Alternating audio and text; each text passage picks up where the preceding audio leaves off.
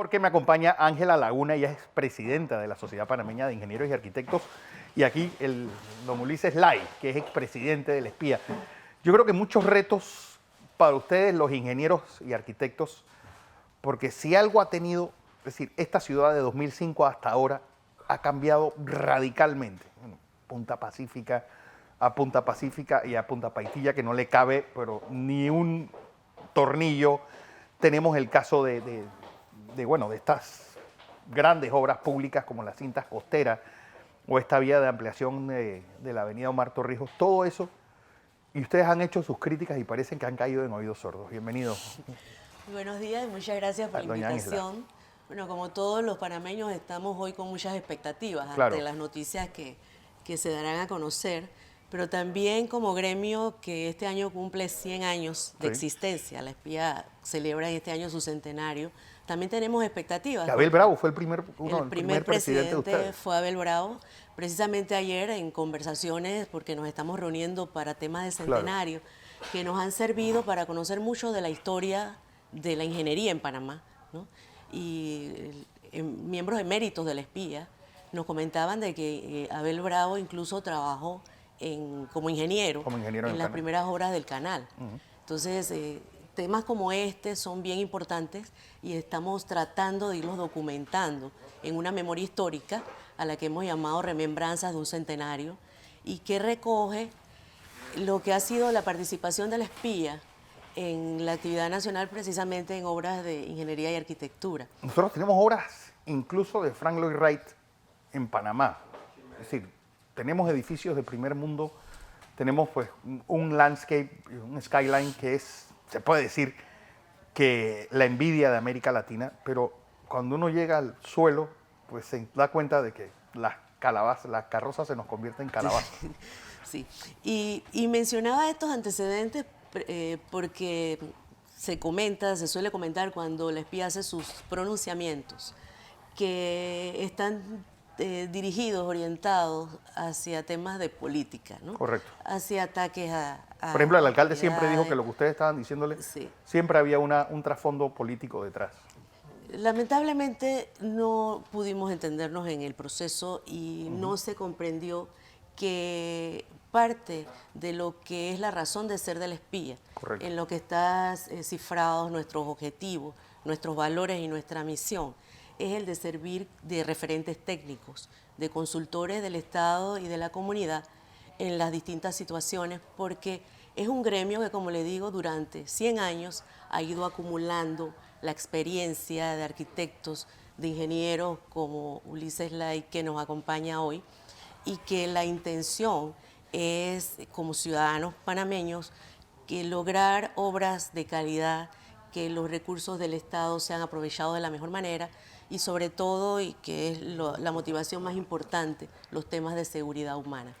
Pero, es decir, son arquitectos los que han hecho, y ingenieros los que han hecho la mayor parte de esas modificaciones a la cañona que han deshumanizado hasta cierto punto la vida nuestra. Por ejemplo, eso de las áreas sociales, pues, en reemplazo de parques y de reemplazo de áreas verdes. Eso de una obra pública donde pareciera que no les importa lo que está alrededor, sino solamente el proyecto que se está llevando a cabo. Sí. Don Ulises, eso es parte de esa deshumanización y de esa, pues, y es lo que ha hecho que los panameños perdamos esa amalgama que antes teníamos cuando vivíamos en comunidad, y ya yo no conozco ni siquiera quién es mi vecino dentro de esos edificios viven 400, 500 personas. Sí, faltamos de que toda ciudad tiene que tener una planificación, una regulación, tiene que tener áreas para un uso, áreas para otro uso y áreas de parques y deportivas. Claro. Todo eso están planeados, inicialmente se ha planeado, pero se ha ido modificando. Una zonificación se cambia de la noche a la mañana, no se sabe quién la hizo, no se sabe cómo la consiguieron, y por eso que vemos una ciudad de repente, Paitilla, que tenía parte de edificios y parte de casa, las casas ya no existen, todo es edificio. Entonces, ¿cómo consiguieron eso? Bueno, eso no es para volver a tomarlo como pero todavía el caso más patético es el caso hacia el oeste, es decir, donde los beneficios son privados y los problemas son públicos. Yo te entrego una barriada de 400, 500 casas y allá ve cómo le das agua, cómo le das luz, cómo le das escuelas, cómo le das hospitales, cómo le das carretera. Y eso, bueno, que la gente sufra tranques diarios de 4 o 5 horas y pierda sus vidas en esos tranques no es casual más que por esa deshumanización, esa falta hasta de ética de parte de los profesionales que están haciendo estos proyectos. Mire, eso es planificación. Existen varios estudios de planificación que involucran todo eso que usted está mencionando. De que el edificio va, la vivienda va, la urbanización va, pero ¿dónde va la tubería de agua? ¿Dónde va? Entonces, eso es parte de la planificación del gobierno. El gobierno tiene que planificar la infraestructura. Puede hacerlo ellos o puede hacerlo combinado con la empresa privada. Por ejemplo, ustedes. Es decir, yo creo que en uno de los actos de arquitecticidio, me tomo esta libertad poética, ocurrido con el barrio de Bellavista, donde arrasaron con un barrio que tenía cierta arquitectura y cierta homogeneidad para construir edificios. Y nadie lloró Bellavista y fueron 5 o 6 años de destrucción masiva de toda esa obra arquitectónica. Es decir, ¿qué hacer con casos como este? Bueno, mire, en el caso de Bellavista, ustedes ven que tenemos avenidas amplísimas cuando Porras, el presidente, hizo la exposición. Y eso ha estado tan bien planificado desde ese entonces que las viviendas que estaban ahí, ahora como hay espacio para los vehículos en las calles, entonces lo han convertido en edificios, cambiando las zonificaciones. Digo, creo que eso fue sin ningún estudio. Pero la avenida Alboa también ayudó a hacer que se construyeran edificios monumentales. Claro. Lo que sucede es que la tubería sanitaria, la tubería de agua, la energía eléctrica, todo que hay, es infraestructura, no ha ido a la par del desarrollo de la ciudad. Doña Ángela. Yo pienso que la palabra clave, la ha estado mencionando el ingeniero Lai, es planificación. Esa es una. Y la otra, coordinación interinstitucional. Nosotros hemos visto situaciones que nos parecen inexplicables. ¿Cómo cuáles? Techos de Esperanza es un proyecto que a mi manera de ver conceptualmente es muy noble. Sí, pero fue un desastre desde el principio que quería que el MIBI se iba a convertir en el constructor más grande de Panamá. Eso. Y no teniendo en cuenta lo que es la coordinación entre instituciones en un mismo gobierno, porque por otro lado también hablabas de proyectos de 0 letrinas que requerían distribución del agua potable y todo, que si tienes las viviendas aisladas prácticamente se te hace imposible.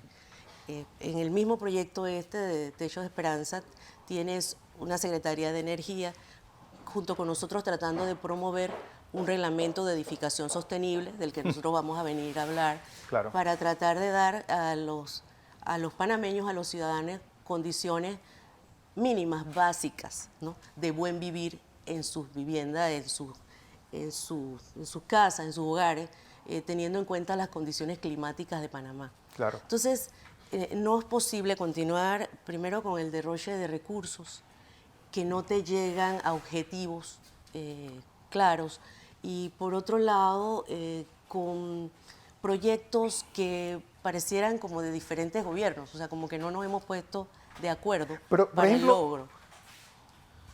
Yo veo la escuela Tomás Herrera en Chitré, cuando la obra pública se hacía con cierto cariño, ventanas amplias,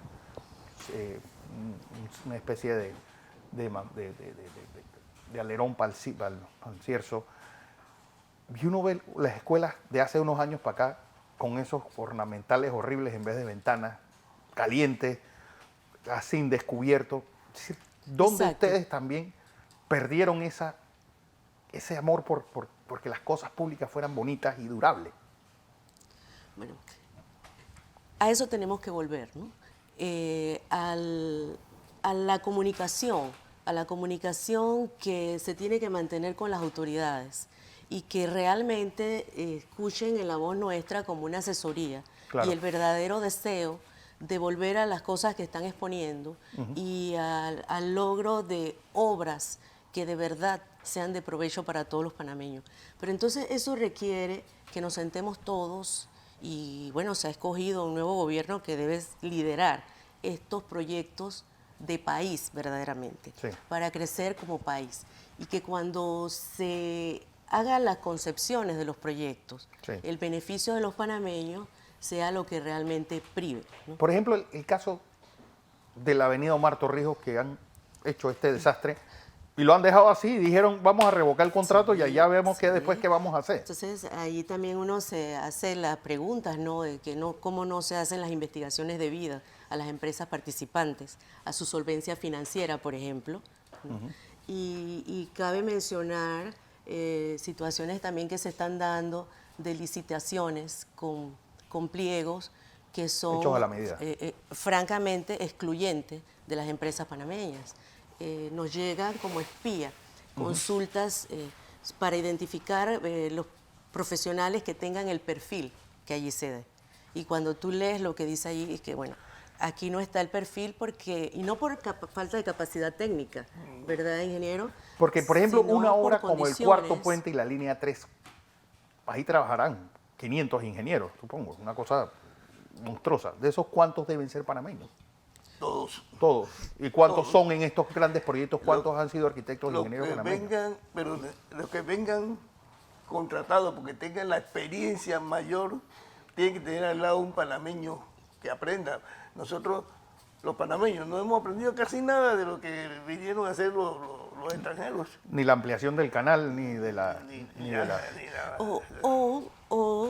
Como nosotros hemos estado conversando, de que los pliegos no te permiten que, a pesar de los conocimientos que se hayan dado, Sí. llegue el momento en que el panameño ocupe las posiciones de liderazgo en los proyectos, por condiciones que algunas veces están en los pliegos.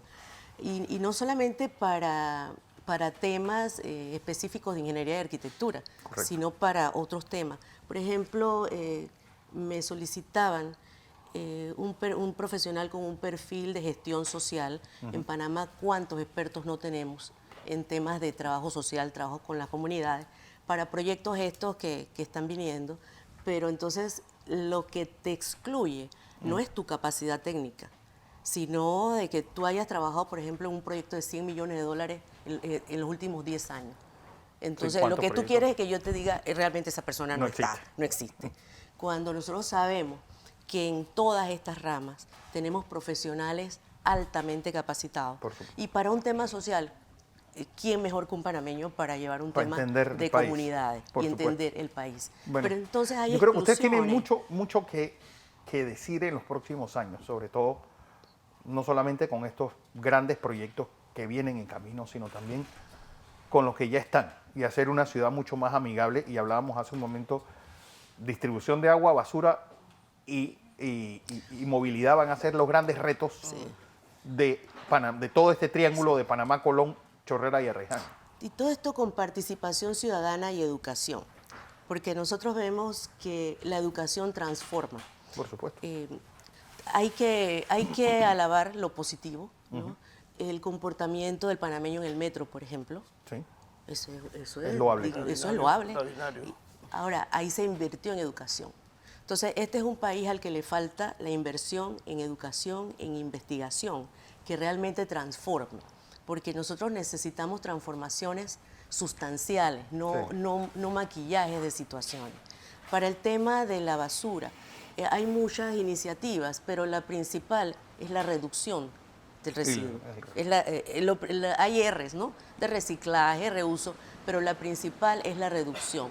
Entonces, en todo esto tienen que invertirse en educación, en las universidades. Y saber de que uno puede caminar y no tiene que estacionarse frente al lugar donde va. Y, bueno, hay un montón Todas esas cosas. de situaciones que solamente a través de educación pues se mejoran. Así que, Presidenta, felicidades, Ángela Laguna, y a don Ulises Lai, presidente de la Asociación Panameña de Ingenieros y Arquitectos, en ese camino a sus 100 años en Panamá.